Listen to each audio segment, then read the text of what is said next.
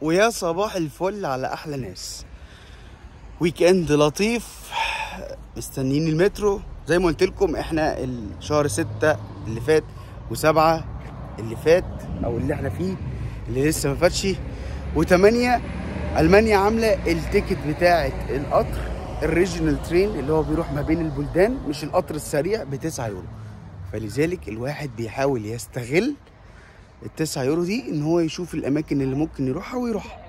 زي ما عملنا كده المره اللي فاتت في هايدلبرج، رحنا المحطه الرئيسيه وركبنا لحد هايدلبرج. بس النهارده الموضوع هياخد وقت شويه، حوالي 8 ساعات سفر يعني بالقطوره، وكذا قطر هيتركب يعني مش قطر واحد عشان نوصل للمكان ان شاء الله. يعني يا رب الدنيا تمشي زي ما انا مظبط، يعني عشان هو موضوع يعني انا هروح يوم وارجع في نفس اليوم، هيبقى صعب شويه، بس يعني يا رب يمشي زي ما انا مخطط. يعني فكرة ان انا عمال يعني لحد النهارده انا بقالي اهو داخل كده في قد ايه، انا داخل كده دلوقتي في شهرين في المانيا، ما زلت لحد النهارده مش عارف احفظ السيستم بتاع القطوره لان هو صعب شويه. يعني انا كنت راكب قطر اتجاه عكس ما انا المفروض اروح، انا كنت في الاول راكب صح، يعني كنت في الاول واخد القطر في الناحيه المظبوطه، بعد كده حسيت ان انا غلطان، رحت يعني بدلت الناحيه التانيه، لقيت ان انا كنت صح، فرحت رجعت تاني. فطبعا الحاجات دي برضو بتأخر، وهو انت ما عندكش غير يوم واحد. هنلحق. وصلت كده على المكان اللي المفروض ان انا هركب منه للحته اللي رايح، ومعانا الكوفي بتاعتنا. وفي حقيقه الامر جبت حاجه برضو افطرها، جبت بيكري كده.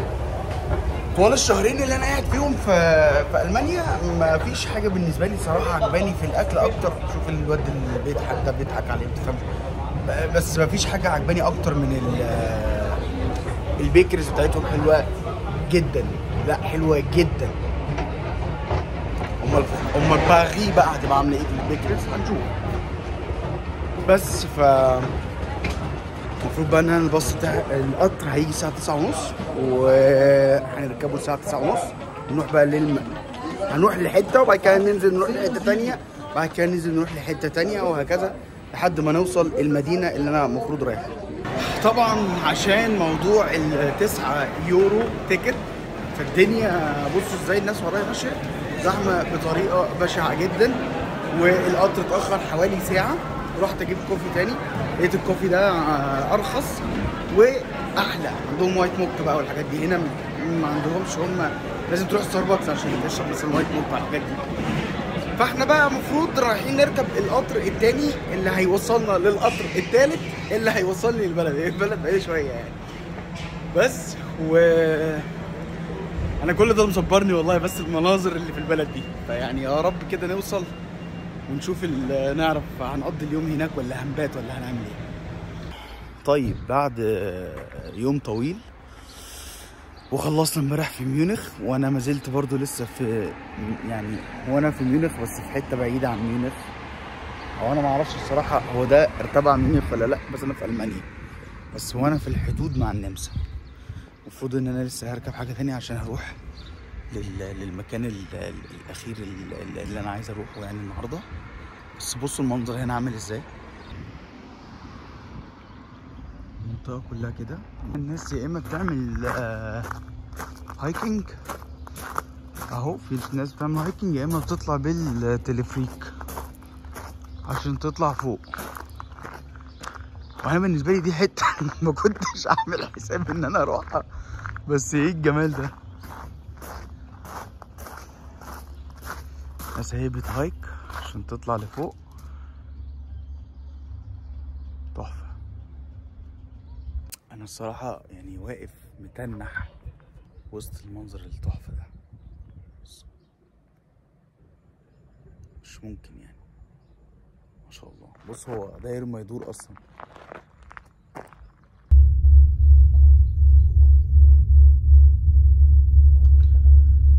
يا جمال المنظر، يا جمال الطبيعه، سبحان الله والله.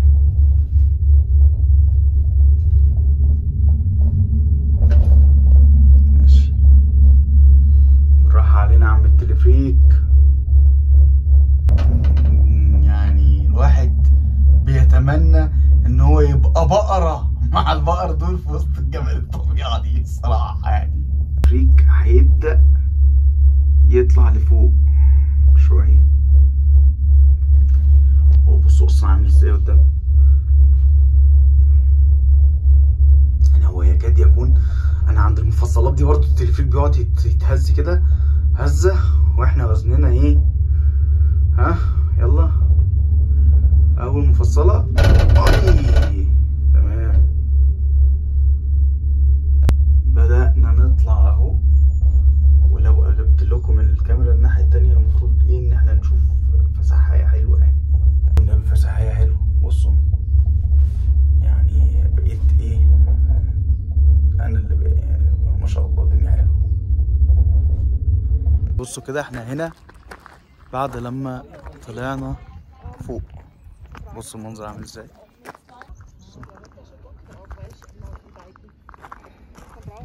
بصوا البحيره اللي هناك هي دي المفروض انا عايز اروحها.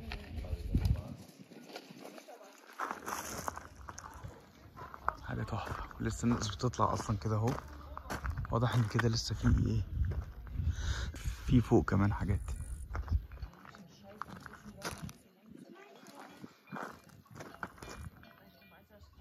احنا كده من على القمه بتاعت. بصوا الحته دي هخشها دلوقتي عشان نتفرج على المنظر التحفه ده. بصوا كل ده كده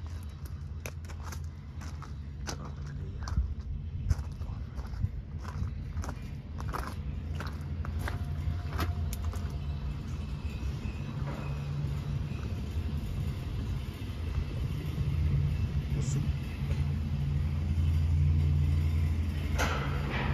يا نهاري يا نهاري. اوف اوف.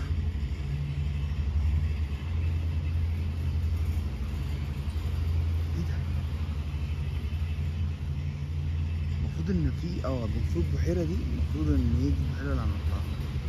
المفروض يعني بحيره تتنزل. النهارده الجو هيبقى حر شويه فممكن تتنزل.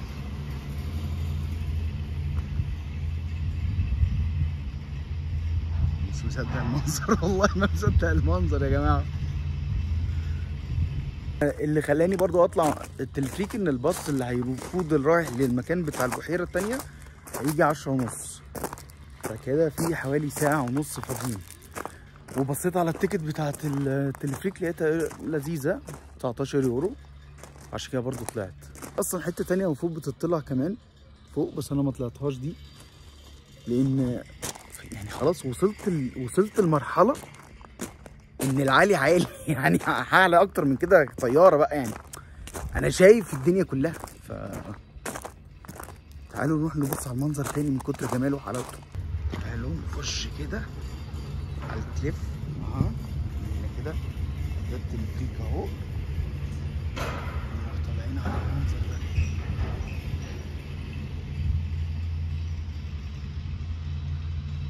ايه ده؟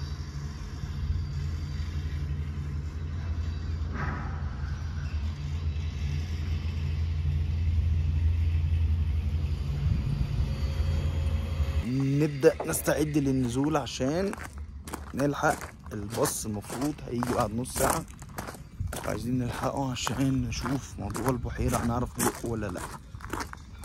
انا صراحة مش هروح البحيرة النهاردة لان انا خلاص بقالي يومين برا بسافر، تعبت والباص ما جاش، فبالتالي انا خلاص عرفت ازاي تتراح يعني البحيرة. فممكن ايه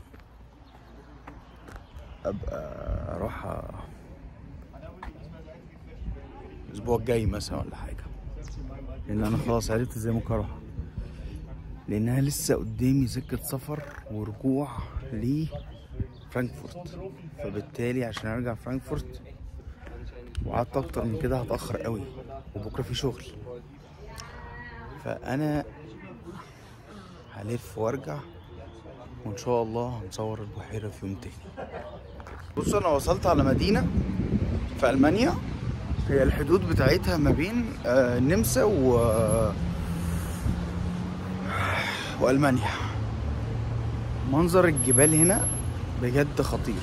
انا برضو كنت بحاول اروح البحيره ودي اخر نقطه اللي هي بعديها ممكن اقدر اروح بحيره. بس فعلا الوقت ما حسبتوش صح. الوقت مش هعرف اروح البحيره وارجع تاني. انا يا دوبك دلوقتي ارجع فرانكفورت، عشان ارجع دلوقتي فرانكفورت هرجع الساعه 11 بالليل، فيا دوبك هتحرك دلوقتي. بس انا عايز اوريكم، فان شاء الله البحيره هوريها لكم ان شاء الله في يوم تاني يعني. انا بس عايز اوريكم دلوقتي منظر الجبل اللي في وشي. بصوا المدينه كلها كده. هي اصلا يعني معروف ان النمسا بتمتاز بالجبال وكده.